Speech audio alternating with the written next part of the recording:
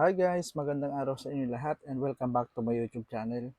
For today's video guys, update lang tayo dito kay Sitaw. So ngayong araw po, April 3, 2024, available na po yung ah, update sa application ni Sitaw. So kung hindi pa po updated yung mga application nyo, so i-update nyo na po kasi meron pong mga pagbabago dito sa platform ni Sitaw. So tara, check natin yon. Punta tayo dito sa aking account. Pagpunta natin dito sa aking account, mapapansin nyo agad dito sa ah, account dashboard ko, may mapapansin kayo na complaint account specialist, complaint ES. So, ibig sabihin lang po niyan, if ever naman na diyan kayo maglalagay ng feedback or complaint about sa account specialist nyo, kung halimbawa hindi kayo gina-guide or walang nagga-guide sa inyo sa pag-register nyo dito kay Sitaw, so i-note nyo na lang dyan. Simple lang ang gagawin nyo guys, i-click nyo lang mismo yung complaint ES na yan. I-input nyo na lang dyan kung anong type ba yung yan, i-take note nyo na lang dyan kung ano ba yung feedback nyo sa inyong account specialist.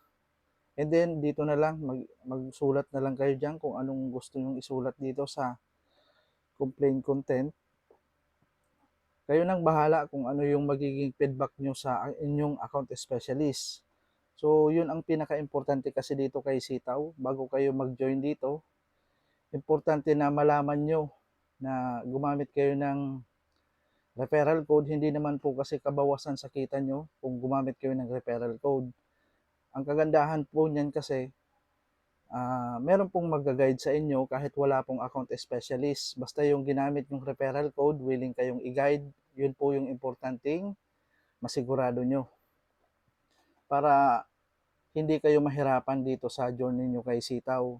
Mas maganda na piliin nyo yung mga matatagal ng seller dito para ma-share po sa inyo yung mga tricks and then mga technique niya kung paano ba kumita dito kay Sitaw. Kasi mahirap talaga magsimula pag wala kang alam dito kay Sitaw.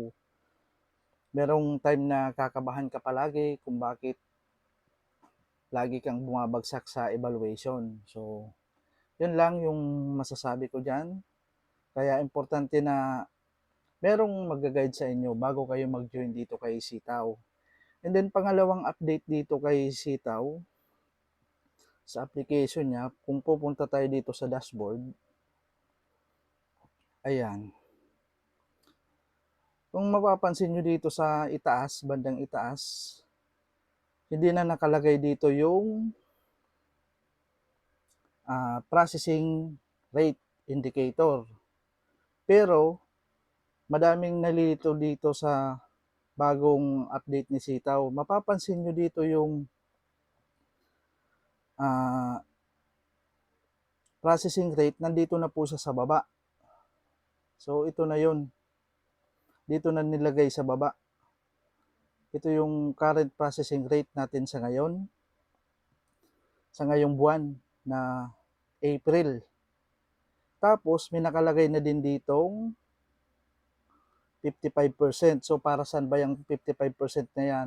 Yan po yung kailangan nating i-meet or kailangan targetin natin na processing rate every time na mayroong evaluation para hindi po tayo magkaroon ng penalty. Pwede mong ma-reach yan na saktuhan lang pero much better na sumubra ka dyan para hindi ka tamaan ng penalty. And then dito sa baba, kung mapapansin nyo din, dito sa baba meron nang nakalagay na application to close shop. So para saan ba yan? If ever naman na ayaw mo nang mag-continue dito sa pagiging seller kay Sitaw, so i-click nyo lang dyan so para ma-approve yung store closure ng shop mo. Ayan, yung sa tingin kong mas pinadali or pwede naman na i-advise mo yung account specialist mo na i-discontinue mo na yung pagiging seller dito kay Sitaw. Ayan. Yan lang yung napansin kong pagbabago dito sa panibagong update ni Sitaw. And then dito mapapansin nyo din kung ilan ba yung nakalist sa ating online store na product. Yung active or naka-live na product na binibenta natin sa ating online store. So yung processing rate ko ngayong month na April nasa 37.14%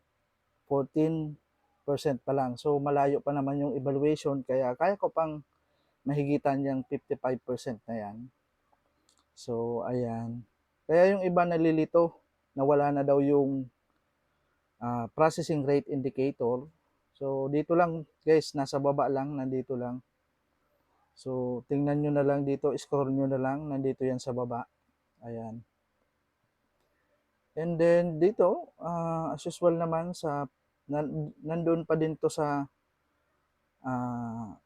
previous update itong mga naan dito. So alam nyo na naman kung para saan yan. Ayan. Dito, so nagpalit-palit lang yung location. So yung dating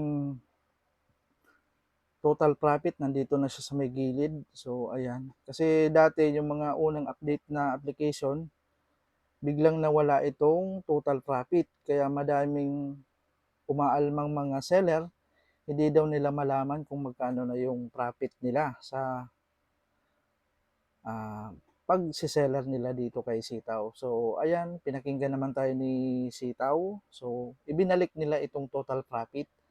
So sa ngayon kasi ongoing pa siguro yung system upgrade ni Sitaw sa ngayon. Kaya hindi pa siguro updated masyado yung posting ng processing rate kasi madaming nagsasabing mga seller na hindi po live yung processing rate. Kaya mas mabuti na antay-antayin muna natin yung pagkalipas ng mga ilang araw, baka gumana na ng maayos yung processing rate indicator natin. Kasi sa ngayon, nag-upgrade ng system si Sitaw. So, intindihin na lang po natin yan. So, and then, kung mapapansin nyo din dito sa my wallet, ayan. Ito lang yung update naman dito sa my wallet. Kung mapapansin nyo din dito, tatlo na. Ayan. Ayan guys. Itong isa. Ayan. Itong Gcash. Ito.